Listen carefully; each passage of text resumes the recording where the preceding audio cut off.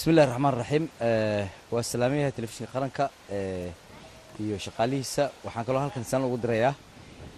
wasaaradda isboortiga iyo wasiirkeeda Khadiijo waxaa kaloo lama ilaawaan ah oo yani Soomaali mini football hadana aan marnaba ilaabi doonin wasiirka warfaafinta engineer Riso oo runtii dadaal badan iyo Soomaalinimada dhinac istaagay isagoo ka wakiil ah dawladda iyo golaha wasaaradda insha Allah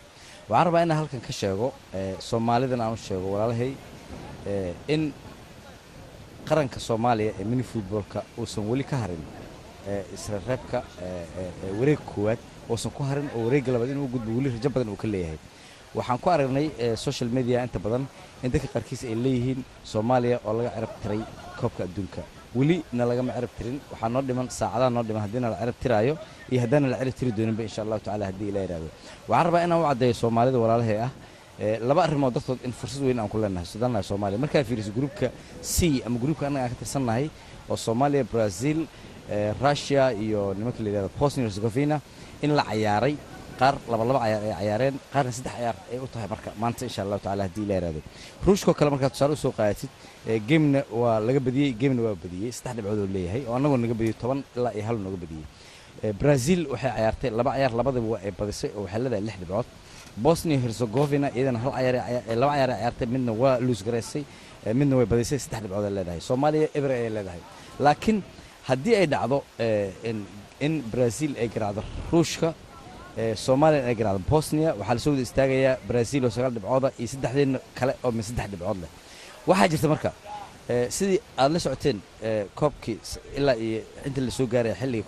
1990 waxa jiray afar laata kooxood ay waxay ka qayb galayeen koobka adduunka World Cup oo FIFA ay agaasinto waxa soo bixi jirtay 12 kooxood soo bixi jirtay afar kooxood oo waxa jirta Aeronaag lagu leeyahay jiray si ay 16 u noqdaan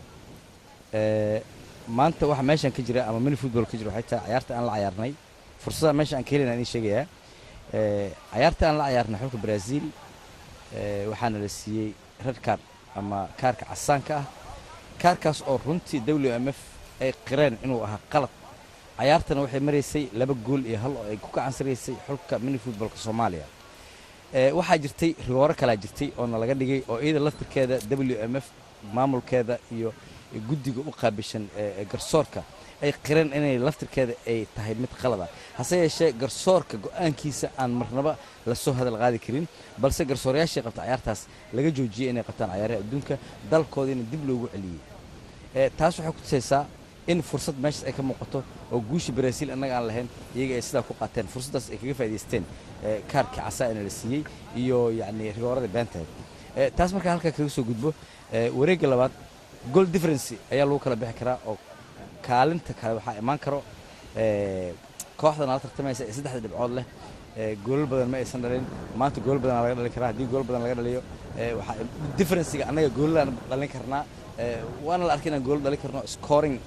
ability inaan leenahay oo Brazil laba gool aan ka dhalinay ruushkana gool aan ka dhalinay insha Allah taala goolna waa la doonaa intaas markii la isu geeyo Soomaaliya ma aysan harin waxay ku soo bixi kartaa hadii ay badiso inay dhibcaheeda iyo goolasheeda ku soo baxdo waxay kale heli kartaa afarta kooxood ee Aeronaga marka Soomaaliya ma aysan harin wali waxay u baahan tahay ducadiina wali waxay u baahan tahay taageeradiina wali waxay u baahan tahay Soomaaliya toosina u baahan tahay wali waxay u baahan tahay